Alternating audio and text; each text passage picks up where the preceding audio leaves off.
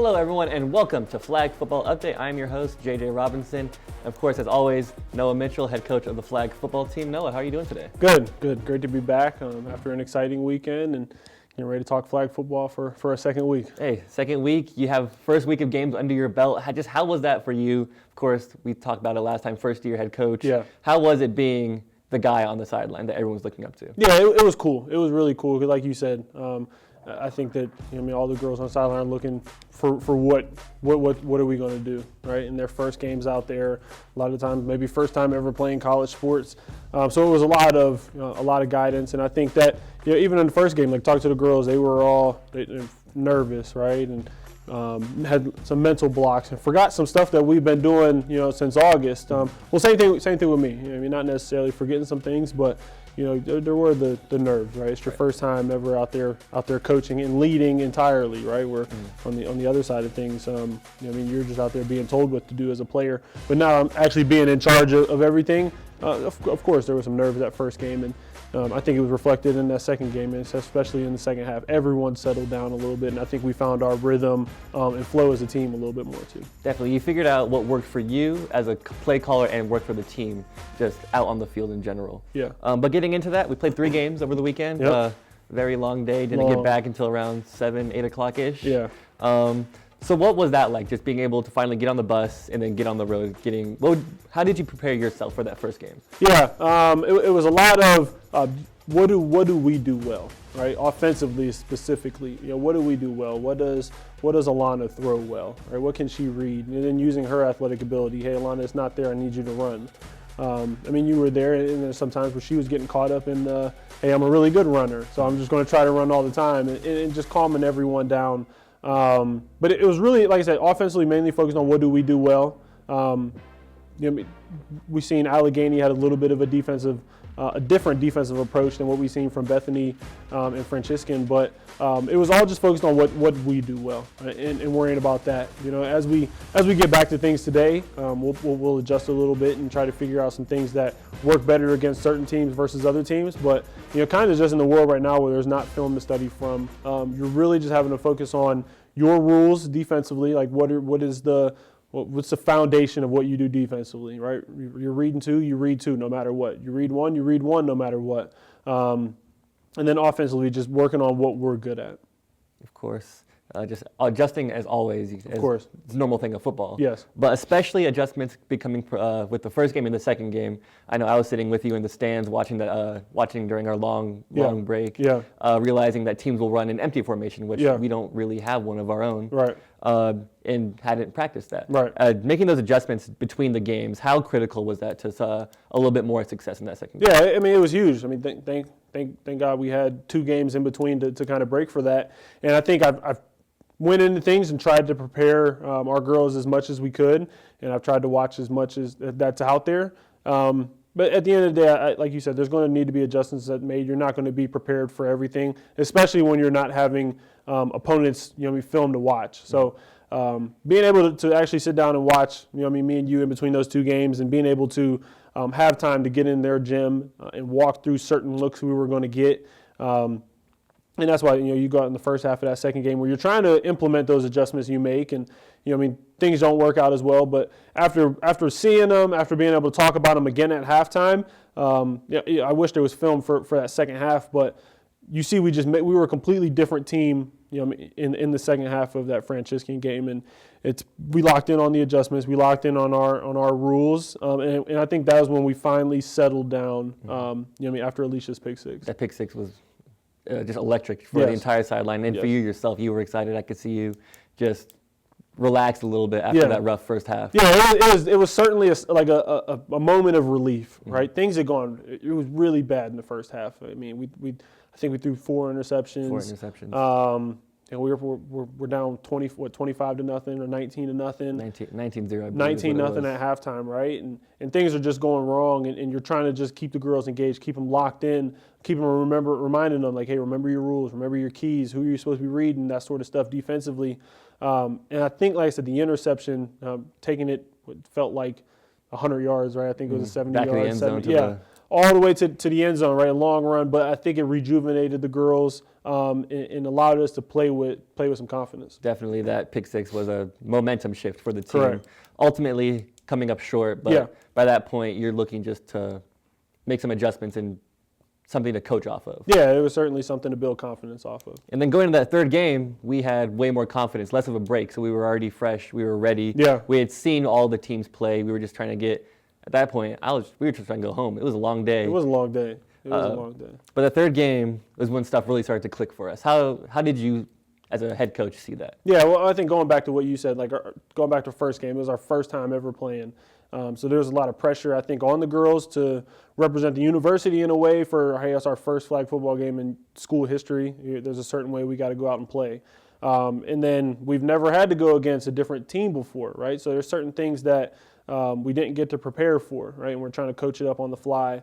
And then obviously Kinley gets hurt and there's a little bit of bloodshed. And I think that kind of, now I don't want to say rattled the girls, but maybe caught them off guard a little bit because a lot of us didn't know, and even our athletic director traveled, and she said she didn't realize how physical of a sport it really is.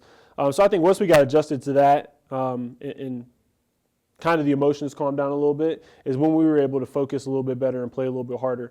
And then there's that, like you said, we had a 2-game break in between the first game and the second game.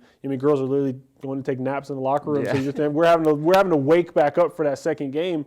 Which was hard. I think the games ran a little bit longer than we planned on them running. But excuses out the window. We needed to focus in. We needed to lock back in on our teaching, on everything we practiced. And I think that's where the third game really shined, right? We executed a little bit better. We read our reads defensively. We read our reads offensively at quarterback. And we didn't force anything on offense. They presented an opportunity for us to get the center involved in the pass game a ton, and we got, Kay Bella involved a ton, right? But I told the girls, and I've been telling the girls all week, right? When you pull flags and you catch passes, you're going to give yourself a good chance to win games. And in that third game, we pulled flags and we caught passes. They definitely rallied, and especially on defense. They were just able to, everything seemed to go right after that first half. Little struggle on defense on the deep balls, but once they adjusted, they couldn't throw deep on us, which was exactly what we were looking for after halftime, because you had an insane motivational speech, is what I'm calling it. I appreciate it.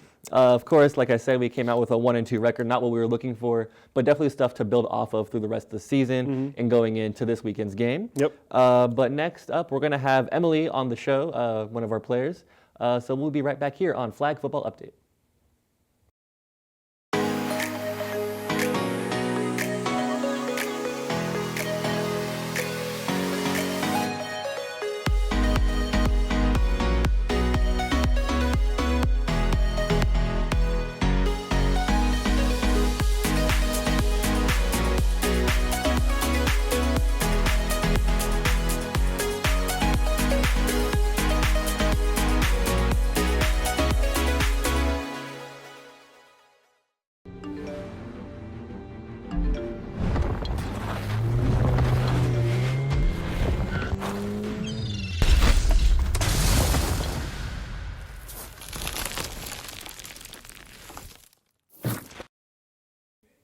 Hello and welcome back to Flag Football Update. Joining us now is Emily. Emily, how are you doing? Good, how are you? Good. So I just wanted to get to know you a little bit better. Of course, playing flag football now. Did you play in high school at all? I did, yes. All right. So you have a little bit of experience with flag football and the rules. Of course, there's a whole bunch of different rule sets. Yes. But I want to know, outside of flag football, what year are you? What major do you do? What brings you to Cal in the first place? Well, actually, my mom works here, so it's kind of been in the family. My dad went here as well, so I get free tuition. Can't pass that up. Oh, no, I wish I had that.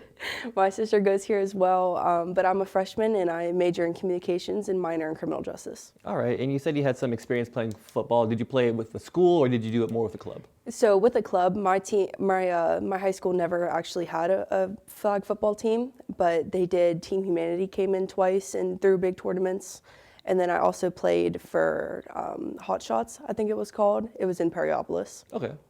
And then we just got done with our first weekend of games. I just want to know, how was that for you as a player? Of course, we heard from Coach how it was his first time on the sideline as a head coach coaching in a game. How was it for your first college game? Extraordinary. It was so fun, so thrilling. Is there anything like leading up to the game that you were worried about? Of course, first game jitters is always going to be a thing, but was there anything deeper than that? I mean, mainly I was just worried about how we would all play together as a team because, I mean, some of us hadn't had very much experience like in game, but we went out there and we showed out. You definitely did. You guys put up a 1-2 record over the weekend. Of course, Yes. can't expect for the best results, especially with a whole bunch of players only having that's their first game experience before.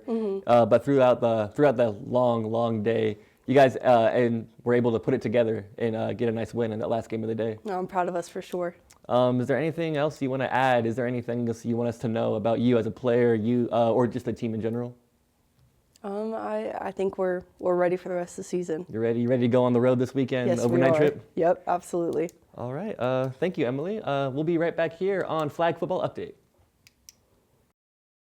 How you behave at a game leaves a real impact on our kids. Sometimes for the better, sometimes not so much. Yelling and arguing with officials sends the wrong message to young players. According to Play by the Rules Sports Advocacy, it teaches them that it's not okay to make a mistake. They can blame others for their actions. They can disrespect authority figures. And it's okay to be rude and selfish.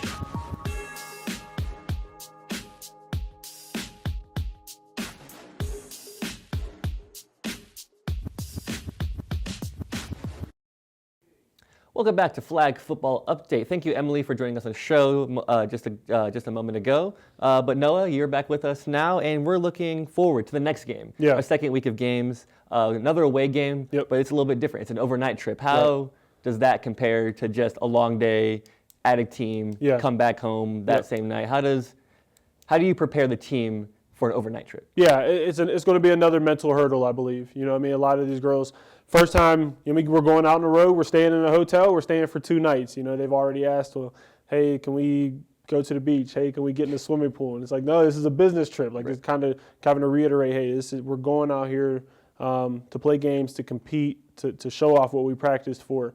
But at the same time, I think in a sense it'll be a little bit easier on the girls. You know, playing 3 games in one day was rough. It was really, really rough. We're banged up, and we're going to have to get the blood and muscles flowing again today, rehab everything up to get ready for the weekend.